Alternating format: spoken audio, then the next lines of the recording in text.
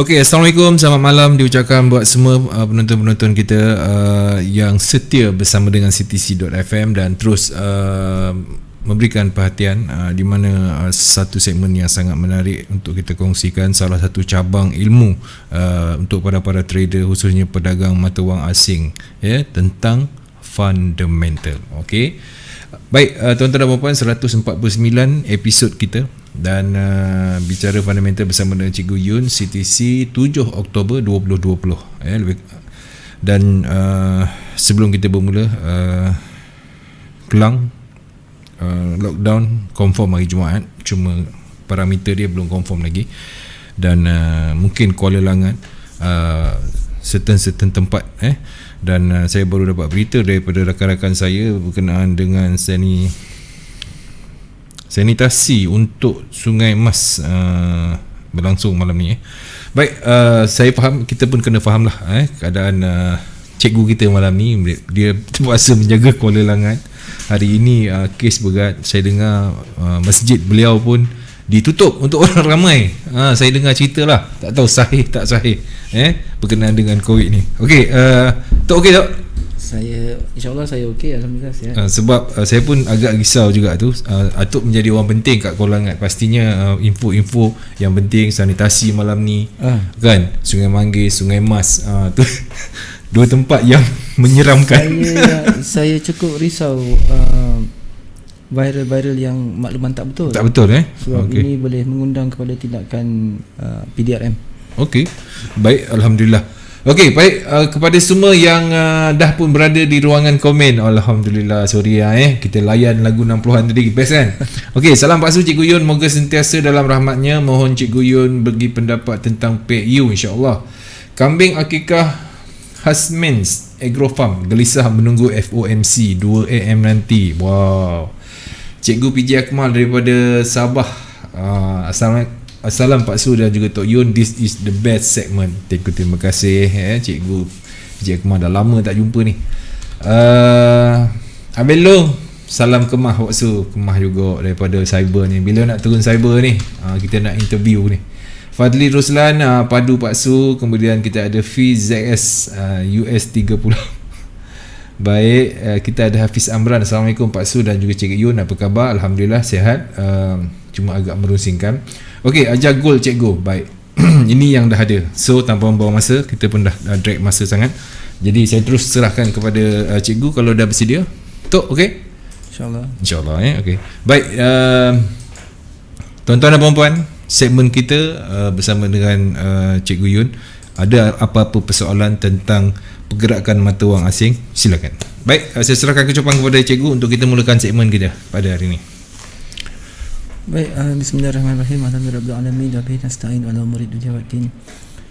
Subhanaka la ilma lana illa ma 'allamtana innaka antal alimul hakim. Rabbi shrah li sadri wa yassir li amri wa hlul 'uqdatam min lisani yafqahu qawli. Amma ba'du. Assalamualaikum warahmatullahi wabarakatuh dan salam sejahtera kepada semua pendengar-pendengar setia CTC.fm di luar sana, semua player gadget TV CTC.fm, juga yang berada tak kira di mana juga anda berada, apa juga latar belakang anda, lifestyle anda, komposisi metod anda guna pakai, dalam apa saja perkara pun, asalkan ia bermanfaat, marilah sama-sama saya selalu menyarankan agar kita panjang-panjangkan, insya-Allah. Sedikit kelewatan saya kerana saya dalam keadaan banyak sangat sedikit perkara ini serius tentang keselamatan, tentang sangat. Keamatan, tentang khawatir bila berlaku pandemik ini sekarang di tempat saya. Jadi saya dalam keadaan yang perlu untuk sentiasa berhati-hati dan memperketatkan SOP. Dan tadi juga saya berkongsi supaya semua mana-mana mereka yang menyebarkan berita ataupun viral yang tidak pasti, maka akan dikenakan tindakan oleh pihak berkuasa. Berhati-hati dalam menyebarluaskan berita yang tidak pasti dan jangan dikongsi. Sila rujuk kepada pihak-pihak yang berautoriti, yang rujukan itu rujukan yang sahih. Kemudian kekalkan SOP anda, perketatkan SOP anda, ikut arahan pihak berkuasa, jangan sebar berita, okey. Kemudian kurangkan jarak ataupun kurangkan pergerakan keluar rumah jika tidak perlu. Kemudian jangan berkeputusan, jangan berkeputusan tanpa merujuk pada agensi-agensi rasmi. Saya sendiri pun tidak berani membuat satu ketetapan, tetapi saya dirujuk oleh pelbagai pihak. Hari ini tempat saya diisytiharkan ada COVID-19 positif, bermula daripada seorang ibu yang mengandung, kemudian keguguran, menerima rawatan di hospital, dan akhirnya di hospital tu sekali pun kena kena siasat lah. Kena siasat. Okay. Saya tak boleh kata kuarantin, itu terserah pada pihak hospital lah. Satu berada di situ. Kemudian daripada seorang ibu yang disahkan terkena pandemik 19 ini, COVID ini, kemudian kepada suaminya, dan kemudian kepada 4 orang anaknya. Allah. Dan sebentar Sadi pada telah pun selesai lebih kurang jam 7.30 atau 8 malam lebih kurang, ibu dan ayahnya serta 4 orang saudaranya, menjadikan jumlahnya bertambah-tambah. Ini untuk sebagai langkah untuk kita melihat bahawa kita belum selesai dalam kita berperang dalam isu COVID-19 ini, tuan-tuan. Jadi saya ingatkan diri saya sendiri untuk menjaga SOP, dan juga semua di luar sana tolong berhati-hati. Kita tak tahu macam mana dan bagaimana unseen enemies ini berada di sekitar kita. Jadi tolonglah jaga keselamatan, terutama keluarga anda sendiri. Jagalah SOP anda, insyaAllah. Ya. Maafkan saya sedikit kelewatan sebab saya katakan tadi, saya sedang nak bertenang sekejap dan tenangkan diri, sebab saya menepis pelbagai bentuk pihak yang sedang cuba untuk meletakkan bahawa tanggungjawab itu hanya dengan khawatir bersalah. Tentang isu masjid saya ditutup, itu tidak benar. Tak ada.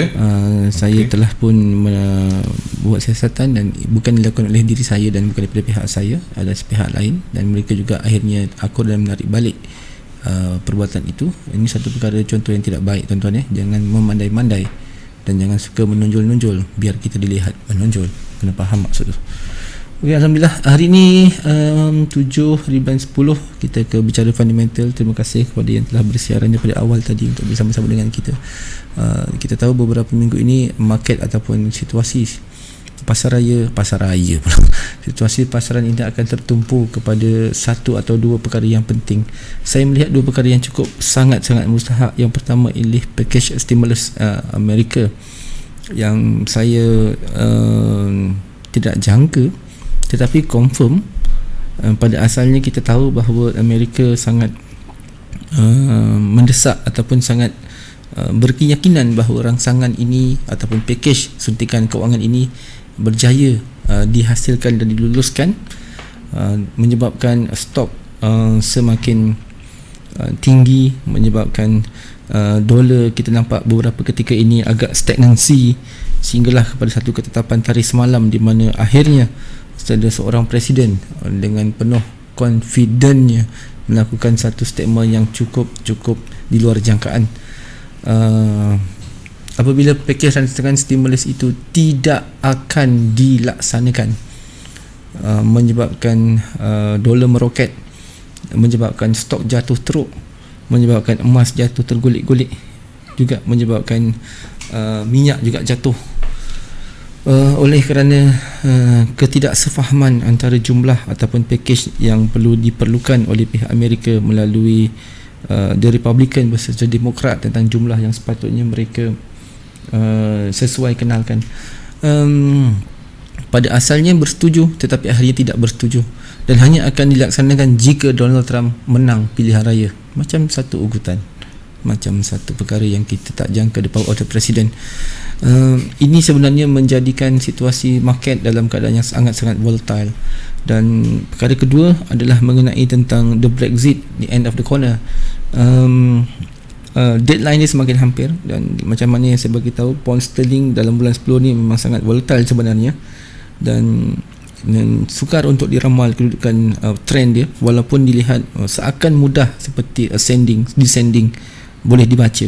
Tetapi apa yang perlu diperhatikan oleh para traders adalah bagaimanakah kita melihat keupayaan untuk market itu trend mengikut kesesuaian di saat ini berdasarkan sama ada data berkala yang menunjukkan result-result yang baik atau kurang baik, yang tentu untuk mudah untuk kita pilih membaik ataupun mengesel, istilahnya begitu. Tetapi adakah ia dipengaruhi oleh sektor politik? The Brexit totally memang di bawah pengaruh politik sepenuhnya. Begitu juga dengan the stimulus package untuk the American dollar juga sepenuhnya di bawah pengaruh politik.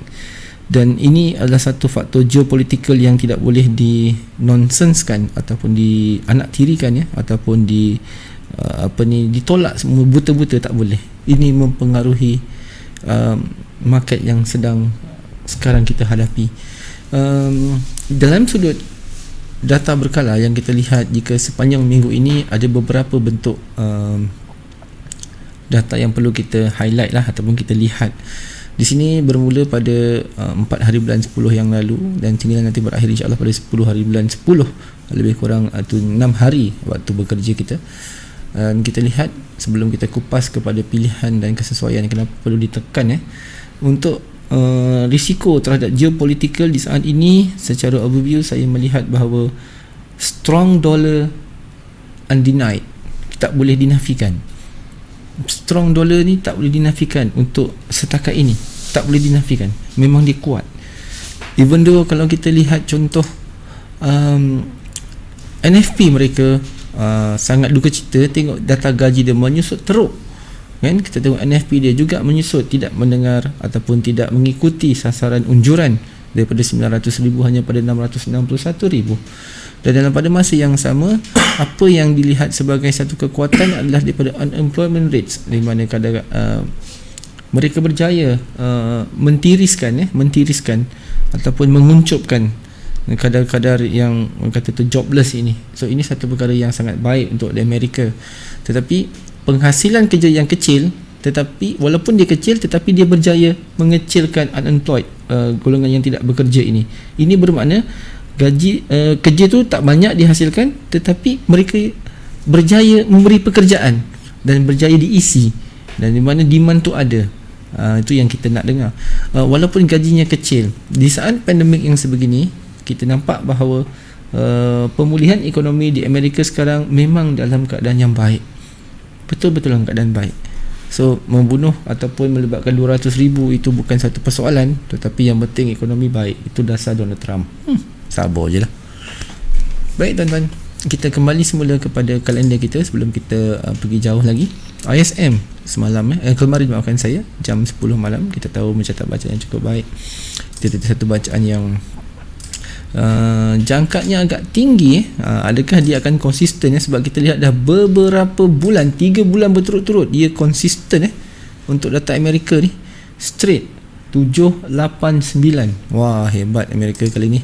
That's why Donald Trump kita tahu beberapa ketika ini sangat optimistik. Dan bila optimistik ni bermakna dia memberi keyakinan kepada the investors mana-mana pun di seluruh dunia bahawa America is going to be good. Itu yang jelas. Dan satu menarik perhatian saya tentang Donald Trump ini, dia akan election bulan 11. Dia ada lebih kurang 2 bulan lagi sekarang sedang berkempen. Walaupun sekarang dia dalam kuarantin, dia tetap berkempen melalui maya. Begini, tak kira siapa pun nanti yang jadi Presiden Amerika untuk penggal baru, ditakdirkan Trump kalah hanya untuk sebengkal, bahawa Vladimir Putin tetap akan menyokong siapa pun presidennya. Siapa pun lah letak atas. Kalau tak lah, okay, I'm salute the President of America, walaupun bukan Pak Trump. So jawapan itu jawapan selamat. Siapa pun, apa pun, yang penting kau Presiden Amerika kan, okay, I salute and I respect. Simple. Itu satu pendirian daripada Vladimir Putin, orang yang antara paling berpengaruh di dunia selepas Amerika. And then kita ada cash rate untuk OC dollar. Data yang saya lihatkan tidak ada perubahan, okay? Dia hanya lebih kepada stagnancy dengan rate yang kekal sebegini. Alright. And then statement ini perlukan digesting. So siapa yang trade OC dollar, mereka perlu lihat kekuatan OC dollar nanti terhadap situasi-situasi data yang dipacu oleh China juga, ya. Okey, data CNY ada tak data CNY ni? Minggu ni tak ada data CNY, sebelum ni ada kan. So dia kena lihat growth daripada situ juga untuk membantu mereka. Adakah perlu mereka cut daripada next another round terhadap 0.25 ini mungkin kepada 0.10 seperti mana GBP dah buat, atau mungkin mereka akan terus kekal sehingga pada hujung tahun? Saya melihatkan setakat ini dia masih lagi kekal dan potensi untuk dia potong setakat ini pada saya stagnan. Dia stagnan, dia tidak dalam keadaan yang mendesak. So Aussie is one of the fighter lah dalam segi currency ni pada saya, sebab sokongannya kuat, dia ada supporter yang sangat solid untuk negara China. And then okay, untuk power speak, untuk kategori ini adalah satu kategori yang memerlukan digesting. Saya tak dapat melihat banyak, tetapi saya dapat melihat headline saja daripada Mr. Powell ini. Purposely dia memang menyokong rangsangan kewangan ataupun stimulus package yang sepatutnya diluluskan ataupun di-apply oleh the Presiden kepada Federal Reserve untuk diluluskan. Itu memang beliau menyokong supaya diluluskan. Okey, saya bagi contoh apa kesannya dan kenapa sistem itu juga yang menjatuhkan emas semalam, tak ada handbrake, jatuh terus dan terus jatuh, macam baling bola ke langit, jatuh kau tadah je dengan kepala kan, berdenyut berbenjol. Kenapa begitu? Okey, bila rangsangan keuangan diluluskan, ini bermakna dia cetak duit, istilahnya photostat duit lah, bagi. So bila dia bagi, ini bermakna dia merangsang pemilikan stok akan banyak makin dihasilkan. Satu, terutama Nasdaq, Dow Jones, SP500 ini akan main peranan ni, tiga ni will boost up. Once the stimulus package rangsangan itu diluluskan, ini bermakna stock market akan skyrocket. Memang skyrocket, tak ada handbrake. So Trump akan I'm the richest man, boleh cakap macam tu. Ataupun kawan-kawan dia yang lain seperti Bill Gates. Ada nama Bill Gates kan? Bill Gates. Oh, Bill Gates. Saya orang Jawa, Gates. Jadi saya cakap Gates. Dia sakit-sakit pun bongkak dia dah belum nak mati je. Ni akan skyrocket. So once dia skyrocket, dia akan meroketkan emas. Akan ikut sama-sama terbang. Okey, itu satu perkara yang kena faham. Kedua, monetary stimulus tidak diluluskan. Contoh, tidak diluluskan ataupun pending ataupun freeze ataupun akan dibincangkan, tapi dah lulus ke belum? Belum. On that time memang stok akan jatuh teruk. Dia akan jatuh dan jatuh lagi. Ini tidak digemari oleh investors. Ini juga tidak digemari oleh siapa? Tidak digemari oleh mereka-mereka yang berdagang melalui counter metal, counter minyak, tak suka. Kerana apa? Kerana dia akan menaikkan nilai dolar. Kan bila jatuhnya nilai saham, orang makin mendapat peluang kan untuk beli. Oh, selama ni aku tak pernah beli Apple dulu harga $40, sekali jatuh tinggal $15. Tengok rekod dia tak pernah jatuh. Nanti keluar Apple 18, Apple 40, mungkin jadi $80 satu unit, $80,000 satu lot. Dia satu lot ada 1,000 unit. Boom. Wah. So pemilikan itu nak perhatian. Ini yang add value the dollar index ataupun nilai dolar itu mendapat kenaikan. So tapi risiko dia, bila dolar dia semakin tinggi, semakin naik, cukai akan jadi mahal. Dan bijaknya Donald Trump, once dia tackle dekat situ, dia kata kenapa kita perlu nak revive cukai? Kita dah bagi cukai terbaik dekat Amerika. Cukai yang rendah, potong cukai korporat. Ingat tak lagi dia potong cukai korporat semua, dinong-dinong kawan-kawan itu, kena ingat. Itu adalah manifesto semasa dia berkempen. Kita flashback 2 tahun lepas dan kita ada cerita tentang plan Trump ekonomi Trump plan ekonomi yang kita dah pernah bincangkan beberapa siri. So direndahkan dekat situ. So bila dolar yang tinggi, dia akan dapat balik reward yang sama. Cuma method yang dia pakai adalah sama ada sedar ataupun tidak, rangsangan keuangan itu dia boleh mengheret bersama keuntungan dengan tanpa disedari, ataupun mungkin tak semua orang ambil tahu. Itu yang saya katakan tadi, nilai dolar semakin tinggi. Kesannya pada kita kena faham matematik dia ataupun formula dia. Stimulus package lulus, maka stok akan terbang, emas akan skyrocket, minyak akan terbang tinggi. Mahal dia si minyak pun dah naik ni. Okey, stimulus tak lulus, pending ataupun freeze ataupun belum dibincangkan, ini bermakna belum dilaksanakan, maka stok akan jatuh teruk, emas akan jatuh teruk, dolar terbang sekarang ini. Dan walaupun NFP dia gagal, tetapi stimulus ini melalui geografi politik dia sangat berpengaruh. Sebab kamu tambah duit di pasaran, kan? Ibaratnya kita photostat duit banyak orang berpusu-pusu nak ambil, contoh nak ambil peluang lah. Itu bahasa kita letakkan sebagai sifat manusia. Ada benda yang menarik perhatian, dia akan cuba untuk grab. Begitu. Okey. Ketiga, monetary stimulus. Setuju untuk lulus. Berapa nilai? I'll think about $2 trillion. Orang nak $2 trillion. Bermaknanya dia nak berapa? 2 trilion. Kalau 2 bilion 2,000 juta. Kalau 2 trilion 100 juta. 1,000 juta. Tahu pun. Itulah banyaknya. Memang kalau kita angkat dengan forklift tu, itu apa Pak Su? Itu Negeri Sembilan. Padahal duit lagi tu. Belum sampai Negeri Sembilan tu, baru dapat duit daripada cyber. Belum sampai Pak Su. Belum. Masih duit lagi. Jika diletakkan di atas muka bumi ni, atau disusun di atas pallet, macam tu tak payah pakai handlift, pakai forklift pun tak payah, kita pakai backhoe je.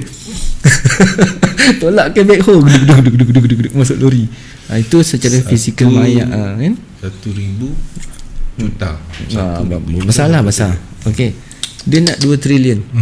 Request, minta. Ini yang ketiga, kesan dia fahamkan, minta. Dan tiba-tiba ingat, dalam kerajaan dia mesti ada kerajaan, dan yang bukan menyokong dipanggil di opposition. Apa tu di opposition, tuan-tuan? Ini geografi politik faham kan? Di opposition ialah pembangkang. Okey, apa pula 2 trilion? Tak, saya nak 3 trilion. Kenapa nak 3 trilion? Kerajaan akan tanya balik. Okey, 2 trilion tu macam ngam-ngam lah, macam tak ada reserve. Korang bolehlah dapat lebih, kami ni dapat ujung-ujung je, lebihkan sikit. Kami pun ada juga cara untuk kami membantu ekonomi negara. Siapa yang punya kuasa di saat ini? Tentunya kerajaan, the government itself. So, siapa yang akan menjadi the king of the government? Tentulah the president.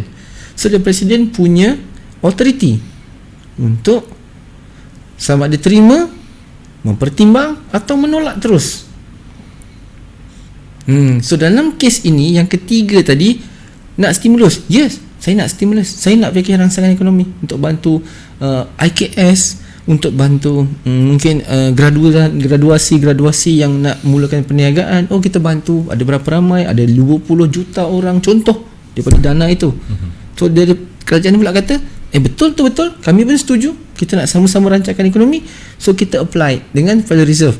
Tapi kami cuma nak 2 trilion. Tak, saya nak 3 trilion. Saya nak 2 trilion, nak 3 trilion. Datang dia presiden, shut up you, fired. Tak payah bagi selagi saya tak kekal sebagai presiden. Itu cara ketiga. Ini menjatuhkan stock market. Faham cara yang saya terangkan ni? Ke tak faham? Itu mengalahkan Hitler lagi. Ugutan macam tu. So boleh faham tuan-tuan? Saya harap boleh faham Tadi saya bagi lagi 1, 2 dan 3. Dah 3. Boleh nampak Itu adalah formula macam mana seorang traders yang mula-mula sekali, kalau kita tak mampu nak baca banyak makroekonomi punya buku. Saya tahu buku pun banyak, saya tak nafikan. Saya pernah baca, saya ingat 2-3 chapter, saya letak, saya simpan, berabuk, hilang. Tak tahu pergi mana buku. Tak baca habis pun.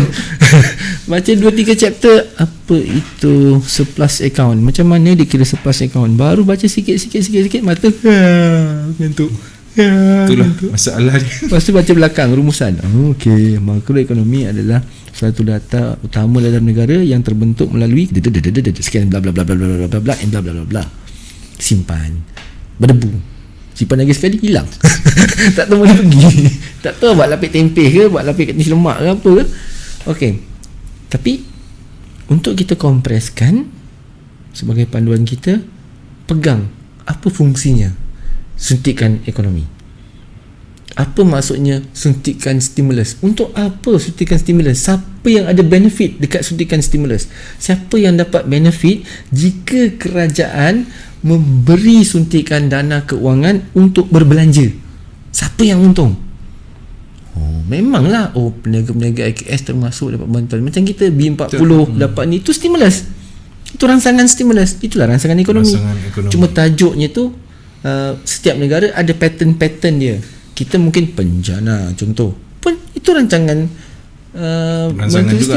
rangsangan ekonomi lah namanya. Penjana bagilah RM50 sekarang RM1. Tapi kalau dia bagi sampai 30 juta orang, tak banyak-banyak ringgit namanya. Dia kena fikir juga. So itu merangsang ekonomi. So begitu juga dengan kita as a traders. Now we are talking about American dollar. They are asking, kata tadi 2 trillion. Okay, Trump hanya setuju dan hanya minta 1.6 trillion. Average macam tu. Asal permintaannya adalah 2.2 trillion. Kemudian bila negotiate 1.6 trillion. Bila sampai dekat the Demokrat, no, we are asking 2.4 trillion. So siapa nak tambah lagi 8 billion? Kosong. Siapa nak tambah? Nak minta Federal Reserve kata no, kita nak setuju, memang nak bagi, kita memang nak rangsang ekonomi kerana pandemik. Kita dah nampak Amerika boleh sustain, perlukan sedikit suntikan lagi sebanyak sekian banyak 1.6 trillion. No, we are asking 2.4. Siapa yang minta? The opposition. Siapa the opposition sekarang? The Democrat. Siapa tim Democrat? Takkan tak kenal. Bekas-bekas Barack Obama, Bill Clinton, Hillary Clinton, sekarang Joe Biden kan yang nak menang ni. Dia tim kat situ. So siapa yang dia lawan? Donald Trump. Betul ke nama dia Pak Su? Nama betul J. Donald Trump. Trump lantak. Saya tak tahu lah J tu apa. J tu apa? Jongos kot. So alright. So bila Trump tolak ataupun tak nak meneruskan lagi kempen ataupun program rangsangan ekonomi ini, dia terus menutup dan dia tak akan teruskan selama mana syarat dia ada, iaitu selama mana dia tidak selama mana dia masih kekal sebagai presiden, baru dia akan lancarkan semula. Dia jadikan ini sebagai dia punya, dia katakan secret weapon, tak juga kot, tapi modal dia lah, senjata dia, manifesto dia. I will bring, dia akan bantu ekonomi dengan suntikan kewangan sebegitu banyak dengan syarat dia menang sebagai presiden. So ini menekan pihak Demokrat. Demokrat ada duit? Tak ada. Yang ada duit siapa? Donald Trump. Sebab apa? Sebab dia pegang perbendaharaan negara, dia pegang harta dengan Amerika Syarikat, tangan dia. I got the keys. You got what? I got what you got. Nothing. No God kan no good. Macam tu lah jadinya. Junior ada Cik Nawan ni beritahu Junior Donald Trump. Junior Trump. Saya tak tahu J tu apa. Okey, satu lagi. Zaini TV dia kata lama tak dengar perkataan jongos. Jongos. Subhanallah. Okey, dah faham So 3 perkara. Jadi di mana kita dalam kita punya kalender pada minggu ini tuan-tuan. Kita berhenti di setakat fair check Jeremy Powell speak pada semalam 10:40 malam. Saya disebabkan ada isu di kampung, jadi saya cuba untuk manage market dengan secara imbalance yang seboleh saya mampu. Okey, apa yang penting saya tak tinggalkan kita punya kuliah. Saya akan terus perbaiki kuliah ini supaya kita boleh dapat pengajian yang baik, insya-Allah. Alright tuan-tuan. So oleh kerana pilihan 3 tadi itu memberi kesan terhadap pasaran dunia. Okey, tuan-tuan boleh nampak kalau kita tengok dekat MT4, memang paling ketara adalah emas dan dolar. Dolar hari ni sangat kuat, terlalu kuat. Emas pula sangat kuat, jatuh dia semalam, tak ada handbrake. Minyak pun jatuh, dan hanya kerana tidak diteruskan, ini boleh diambil sebagai satu persiapan diri kita. Sebab apa? Trump dah bagi tahu dia hanya akan setuju untuk meneruskan rangsangan kewangan tambahan kepada ekonomi Amerika bila jadi presiden. So dah nampak tak kaunter apa yang akan terkesan? Dah nampak belum? Yep. Dah nampak tuan-tuan. Apa yang pertama anak-anak? Kaunter apa? Kaunter dolar, cikgu. Betul. Dolar akan jadi apa? Dolar akan mendapat demand. Dolar nak terbang ke? Dia boleh terbang tapi on demand.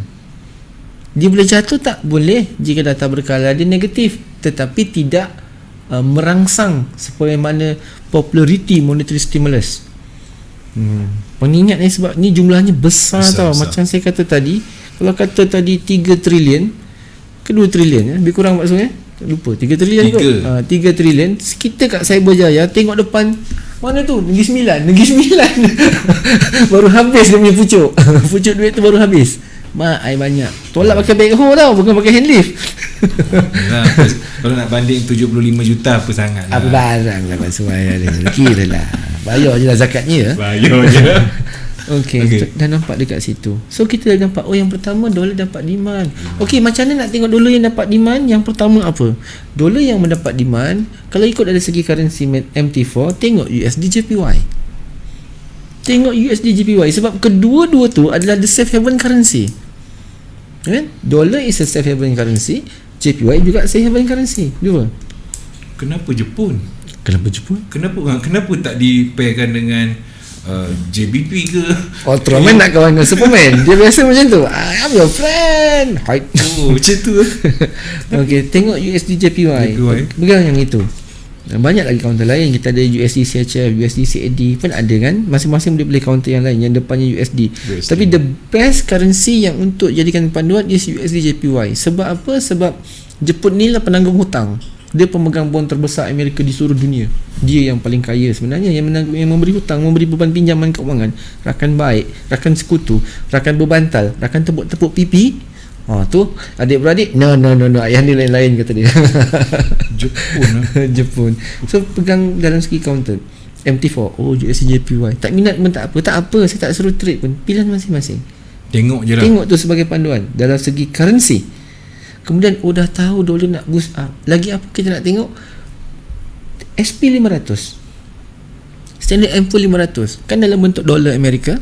Tengok ke mana dia? Dia mesti ke bawah, dia mesti jatuh. Okey, kalau rasanya tak jumpa sangat, mana nak cari SP500 ni, tak nampak S500 ke apa benda ke. Yang saya kalau dia letak S500 tu Mercedes-Benz je serinya S-Series, tapi S500 lah. Tengok Nasdaq, tengok Dow Jones tuan-tuan. Stok ini akan jatuh. Dia akan jatuh. Okey, kalau nak tengok kumpulan kita dah pernah buka kan. Saya tak nak buka lagi lah. Saya cuma nak bagi panduan, nak bagi formula je. Nasdaq akan jatuh, Dow Jones akan jatuh, SP500 akan jatuh. Tiga ni akan jatuh, akan ke bawah. Kau tak cakap jatuh kasar sangat, ke bawah. So dolar akan naik, USD index akan ke atas. Lagi apa yang akan terkesan? Okey, dah tahu dolar dapat demand. Saya tak pandai lah nak baca saham. Dalam tu ada Tesla, bukan Tesla tuan-tuan. Tesla. Salah, Tesla. Bukan Tesla, bukan. Tak pernah aku dengar Tesla tu. Tesla ada Tesla. Tu ada kadang-kadang. Okey. Lah. Tengok susah je nak tengok saham.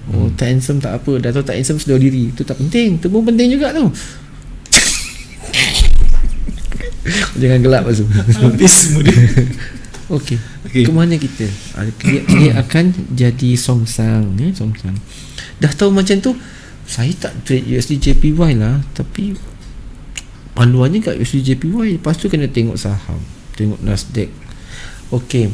Kedua, tengok bond, treasury yield. Treasury yield kena naik. Perbendaraan kena naik. Apa perbendaraan? Bond 5 tahun, bond 10 tahun, bond setahun, bond 2 tahun. Tapi pegang yang 10 tahun. Itu yang popular. Yang popular dibeli dan dimiliki 10 dan dipajak gadai. US 10 years bond yield. Yang ini kena naik. Dia akan ikut sama-sama dengan dolar. Ting-dong, sama-sama naik. Okey. So, saya bukan trader USD JPY. So, apa counter kedua? Saya trade emas. Bila kata trade emas sahaja, automatik otak kita akan berfikiran, kat mana stok kita jatuh, maka kita follow kuat-kuat. Makin dia jatuh, makin aku kejar ke bawah, sell lah dolar emas anda sampailah stok itu penat. Istilah kata orang putih, di awang-awangan. Istilah orang Melayu kalau bahasa sopannya gentayangan. Dia tak ke bumi, tak ke langit, tergantung-gantung. Tu. Jadi kita dah nampak, begini pilihan kita. Lagi apa kita minta? Tengok minyak di mana. Minyak, jika dolarnya terbang, minyaknya akan jatuh. So bila minyaknya jatuh, WTI crude oil kita jatuh, apa lagi? CAD kita mesti jatuh. Apa kita buat? Kalau CAD kita jatuh, banyak PSAD yang boleh jatuh. CAD JPY boleh jatuh. Lepas tu AUD CAD jangan, itu di buy. Okey, USD CAD jangan, itu di buy. Kalau kau jatuhkan juga jahanam, MC account. Okey, CAD akan jatuh. Canadian dollars, the lunis. Nampak? Letak atas meja. Sebab saya mengajar Pak Cik Pencen tu macam tu, tulis. Yang ini kena jatuh, yang ini kena naik. Tapi bila entry floating, steady. Pak Haji steady, memang floating. Okey, dia tekan lagi, dia tahan lagi. Tapi itulah panduan dia. Okey, itu sebagai panduan dan formula dia. Macam mana nak membaca pergerakan secara overview. Kita tak khatam satu buku yang besar. Macam saya cakap tadi, baca 3 chapter. Lepas tu, apa benda 11 akaun ni? Apa penting sangat ke benda ni? Dekat mana nak baca? Dekat mana nak letakkan dekat carta? Okay, alright. So kita bundlekan, kita pegang dia punya rumusan dan kita letakkan sebagai, this is how I'm going to trade when I'm looking at the chart. When I'm looking about, this is about the currency chart, how I'm going to say, this one to buy, to sell at one times or at mungkin multiple times. Multiple time dah cakap dengan Hazlan lah, tu dia punya suka lah, saya tak peduli lah apa dia nak cakap. Jangan mana lah ni gurau. Itu cara masing-masing. Tapi di mana kamu? Okay, alright. So bila dah nampak yang itu, maka belajarlah macam mana cara untuk memilih harga. Masa tu teknikal sangat penting. Teknikal akan ajar mana nak entry, mana nak stop loss, mana nak take profit. Itu teknikal akan menampakkan dia punya pilihan harga yang terbaik. Okey, seterusnya kita kepada Wednesday. So kosong. So maka tamatlah statement pada malam ini. Kita habislah. Pasal kosong hari ni, kosong, tak ada. So tak payahlah kita sibuk-sibuk. Kita habislah. Boleh? Mana boleh? Okey, panduan dia cikgu dah bagi tentang panduan. Tu sangat berguna bagi saya lah sebelum kita nak trade mana-mana. Tu sebagai kita nak trade benda lain sekalipun, pastikan kita tengok yang 3 perkara yang cikgu cakap tadi. Saya tertarik dengan satu soalan daripada Muhammad Ed Azlan ni. Salam Pak Su dan juga Cikgu Yun. Nak tanya tentang NFP minggu lepas. Kalau data NFP baik tapi unemployment rate data sama dengan forecast, adakah USD still dikira kuat? Saya ada buat table kelima. Okey. Situasi malangnya mungkin itu situasi yang ke-6. Bagi pendapat cikgu? Dia tanya unemployment rate. Kalau data NFP baik tapi unemployment rate data sama dengan forecast. Okey, maknanya adakah USD still dikira kuat? Okey, saya faham. Data NFP nya bagus. Ya, maksudnya bagus tu melepasi sasaran ya. Kalau kata ni 900, ni mungkin 1 juta. Okey. Kemudian data unemployment rate nya sama, tak ada berubah, 82. Dia akan dalam keadaan yang relate untuk dibida. Tetapi dia tidak akan dalam keadaan yang jauh macam mana sekarang. Sebab unemployment rate kelemahannya ada 2, kena faham. Pertama, dia tak boleh stagnan. Stagnan ni maksudnya sama. Kalau ni 8.2 contoh, ni jadi 8.2. Tak boleh. Ini akan memberi petanda bahawa pengangguran ataupun tidak bekerja pada masa itu tidak ada pemeringkatan. Faham ya? Pemeringkatan ni bukan pertambahan. Pemeringkatan yang dimasukkan ni adalah pemeringkatan untuk jatuh. Bahasanya terbalik pemeringkatan. Kedua, jika result dia melepasi, contoh melepasi ni dia nak 82 tapi jadi 8.4, kata 8.4 ni ke depan dia akan jadi merah. Masa ni memang dolar akan jadi weakness, akan jadi weak. Walaupun dia punya NFP ni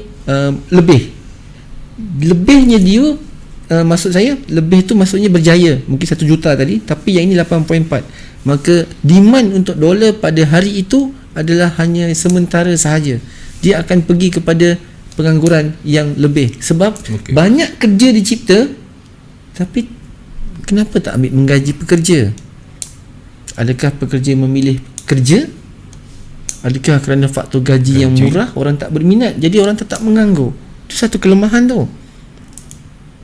Harus diingat ya, unemployment rates ni risiko dia adalah jika dia gagal untuk dikuncupkan ataupun ditiruskan, ya, pemeringkatan untuk menirus tu gagal, ini bermakna di waktu itu, di saat itu dan di kala itu pengangguran ataupun kurang pekerjaan ini tidak berjaya menepati sasaran. Ini akan melemahkan proses pengaliran ekonomi dalam negara. Saya harap saya boleh menjawab soalan ni. Jadi Azlan clear. Lepas tu ada satu ni Syahir Fuad, jalan cikgu, AUD CAD nak ke mana tu? Okey, kalau tadi pun cikgu dah cakap, sekiranya USD naik, maknanya kita tengok pair UJ. Bila sebut pasal AUD CAD, pastinya dia akan naik lah. Betul lah, naik lah kan? Betul lah. Sebab okey, betul lah tu. AUD CAD tu ialah pair tu exotic. Orang kata exotic lah, pair yang pelik-pelik orang kata. Tapi tak pelik lah pada saya. Itu pilihan masing-masing. Jika kamu exotic tak boleh nak absorb. Okay. Absorb ke observe lah? Absorb menyerap nak menyerap sepenuhnya. Tengok panduan. CAD ni kawan dia adalah minyak. AUD kawan dia adalah emas. Emas 85% emas mempengaruhi pergerakan Australian dollar. CAD akan terkesima ataupun terangsang ataupun ejakulasi dia dengan WTI crude oil. AUD CAD. Kat sini aku tengok emas. Mana emasnya pergi mana? Kat sini mana minyaknya pergi mana? So bila kamu tanya saya AUD CAD nak pergi mana, pertama sekali yang saya buat, saya akan tanya pelajar tu balik, terima kasih kerana bertanya. Sebab apa kamu tak belajar? Okey. Faham tak maksud saya bila kata kamu tak belajar? Maksud dia? Maksudnya begini. Bila orang tanya kamu dah pegang chart, dah pegang MT4. Kamu boleh tanya, nak pergi mana? Apa nak pergi mana? Ni. Katalah pair tadi tu, nak pergi mana? Nak pergi utara ke, nak pergi selatan ke, nak pergi ambil Grab ke, nak pergi apa, nak pergi mana? Kamu lihat apa di situ? Kan currency kan, counter currency AUD CAD. Apakah selama ini kamu tidak mempelajari CAD itu sifatnya apa, AUD itu sifatnya apa? Bila kamu berkata ke mana dia nak pergi, itu maksud saya begitu. Saya tak kata kamu tak belajar. Yang bertanya tadi minta maafkan saya, bukan begitu. Saya bukan merendahkan kamu. Maksud saya adalah bila kita tak dapat nak mencapai satu gambaran, kita kena pecahkan kawan tu. CAD ni apa ya? Canadian dollar. Dollar pasal apa? Pasal minyak. Ingat situ, dolar minyak. Kalau minyak tengok oil, counter oil. Tengok AUD pasal apa? AUD pasal emas. Tak apa, tulis. Saya ajar pakcik-pakcik tu, saya ajar macam ni lah. Sebab AUD CAD macam susah je ni. Namanya pun ngeri kan. Biasa orang tengok USD, Euro, tiba-tiba ngeri ya. Jangan panik. Kalau CAD tu singkatan apa? Kanada cerita pasal apa? Minyak. Okey, mana kata minyak kita? Kita ada minyak monthly, kita ada minyak mini, tak apa. Yang penting kata minyak. Minyaknya pergi mana? Minyaknya pergi ke situ. Situ mana? Ke sebelah kanan. Dia takkan ke sebelah kiri. Ke kanan. Ke kanan tu ke atas ke bawah? Ke atas. Okey, ke atas tu ikut time frame berapa? Time frame H1. Kalau time frame H1, masa bila kita nak tengok dia tu naik ataupun turun? Maka selesaikan candle per candle. Satu candle per satu candle. Nak kecilkan lagi, scalpingkan aja. So dia akan berangsangan. Kalau nak tengok perjalanan keseluruhan, kena lihat dalam daily. Baru nampak AUD nak ke mana, CAD nak ke mana. InsyaAllah boleh membantu. Mudah-mudahan yang bertanya tu boleh dapat ya. Clear cikgu Pak Su. Kuatnya. Tak, dia cakap clear Muhammad Azlan, dia kata clear cikgu dan Pak Su. Cuma saya confuse data Forex Factory pada hari itu. NFP result 100,000K. Employment rate jadi 8.2%. Oh ni yang bulan lepas. Tapi bertukar pada hari Isnin. Dia minggu lepas je, tiba hari Isnin jadi lain. Macam tu lah. Tapi dia dah faham dah tu. Okey, cikgu nak sambung apa cikgu? Oh begitu. Sekejap saya tak ada. Oh okey, saya faham. Pertukaran keputusan tu. Okey, saya habiskan sistemnya kalender sikit. Baik, dan kita ada FOMC yang siapa trade American dollar pada malam ini. Ini lebih kepada pembentangan, pada saya lebih kepada rutin, iaitu berjadual. Di sini tak ada melihatkan projection ekonomik seperti mana yang kita Kalau kita perasan pada bulan yang lalu, yang ini sangat kuat risiko dia sebab ada economic projection dan juga press conference. Tengok perbezaan FOMC. Dia bukan semua FOMC akan memberi rangsangan. That's why dia jatuh pada kedudukan second runner up. First runner up is NFP, second runner up is FOMC. So mana-mana dunia akan nampak.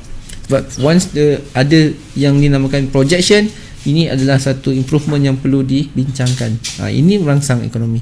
Kan pergerakan dolar, terutama dolar, euro, JPY, emas, dan keduanya pilihan lah, sama ada AUD ataupun GBP. Minyak terserah, boleh pilih. Right, betul kembali. Dan ini adalah lebih kepada penjadualan berkala yang terbit ataupun dibincangkan. Right? So ini ada digesting dia lah. And then ni cukup menarik perhatian saya, iaitu Bailey Speak ataupun Governor untuk Bank of England.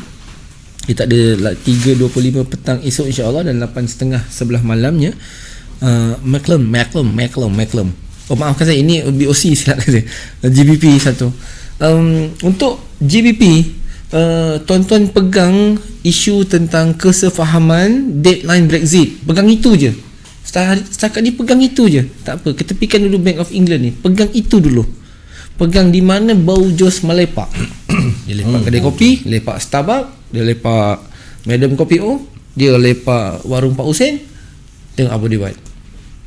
Okey, untuk Brexit ada dua yang besar lah. Yang pertama adalah deadline dia, iaitu pada the end of December, dan dia akan keluar daripada Kesatuan Eropah pada 1 Januari 2021. Tak ada extended time lagi. Dia mesti tepat. Euro tak nak bagi extra time, tambahan masa tak nak. Nak sangat keluar, cukup time, deal mesti ada. Dan deal itu mesti buat. Deal kena ada. Kalau deal tak setuju, maka pound sterling tiada maaf bagimu. Jatuh teruk. Jaga yang itu. Sekarang dah bulan 10 dan dia perlu progress. And then untuk Bank of Canada, kita ada Macklem. Ini lebih kepada CAD lah. CAD dia akan bincangkan tentang isu yang ini. Apakah dia akan sentuh tentang rate mereka 0.25%. Dan siapa trade UCAD boleh nampak UCAD nak terbang ke UCAD nak jatuh. Baru ni dia kuat kan, sebelum ni dia jatuh teruk kan. Kuat sikit. Alright. And then CAD is, maafkan saya, AUD lagi sekali hari Jumaat 8.30. Okey, ini tentang stability review. Ini memerlukan digesting tuan-tuan sebab RBA ni Royal Bank pula. RBA ni Reserve Bank of Australia. Antara bank pusat di dunia ni yang boleh katakan tycoon jugalah. Pasal backup dia China sangat kuat. So ini kena digest lah. And then, dan sebelah malamnya untuk terakhir ni kita ada Canadian dollars untuk unemployment change. Ini rate ini kita akan cuba lihat macam mana konsep yang ini ni rate yang sama untuk American dollar. Dia perlu menyusut. Dan daripada 82.39 ni baik. Alright, kita ringkaskan lagi. Kita bagi pada unemployment 9.8, 10.2. Nampak tak dia menyusut. So dia perlukan penyusutan CAD. CAD kena menyusut mungkin 8.0, mungkin 9.5 sikit lah mungkin. Tengoklah, tapi menyusut, jangan dia bertambah. Jangan bertambah daripada forecast. Yes, dia menyusut maknanya UCAD memang kena sell. Tak ada kesian-kesian. Sell aja selagi penat. Okey. Kemudian untuk employment change yang terbit serentak juga pun begitu. Kita tahu dia perlukan 150,000 pekerja baru yang perlu dicatatkan, menyusut sedikit daripada 245,000. Ini perlukan peningkatan peningkatan mungkin lebih, mungkin 170 atau mungkin 200 atau tiba-tiba 500, mana tahu. Ush, banyak sangat tu. Masa tu tertinggal kapal pun tak apa, sell lah UCAD tu, memang ke bawah lah dia. Tak ada handbrake. Ke bawah. Jadi di kesimpulannya kepada mereka yang trade melalui jadual-jadual ini, saya menggalakkan bukan semestinya perlu jaga masa. Jaga masa itu penting untuk mereka-mereka yang mengikuti perkembangan bagi melihat harga-harga terbaik kalau dia nak memilih buy atau sell. Boleh jika ianya telah pun selesai. Bila ia selesai, contoh 8.30, candle selesai setiap 1 jam bagi H1, dia akan tamat pukul 9 malam. Maka pukul 9 lah kita boleh bermula setelah result dia publish. So di situ kita boleh nampak sifir yang seterusnya adalah di mana positif itu akan merangsang kaunter tersebut, di mana negatif itu akan menidakkan pemeringkatannya. Itu bahasa-bahasa yang saya selalu paling pelik-pelik, saya minta maaf lah ya. Menidakkan pemeringkatannya. Pemeringkatan. Ya. So dari situ kita dah boleh buat pilihan. Mudah tak belajar dengan saya? Susah. Kalau susah belajar dengan Hazlan. Kalau nak lagi senang belajar dengan Nunim. Memang hebat, tak ada masalah. Dengan saya kalau susah minta maaf banyak. Saya dah cukup senang saya deliver. Senang. Kalau susah saya angkat kaki lah. Okey, cikgu, satu dekat MT4 oil dia singkatan dia apa?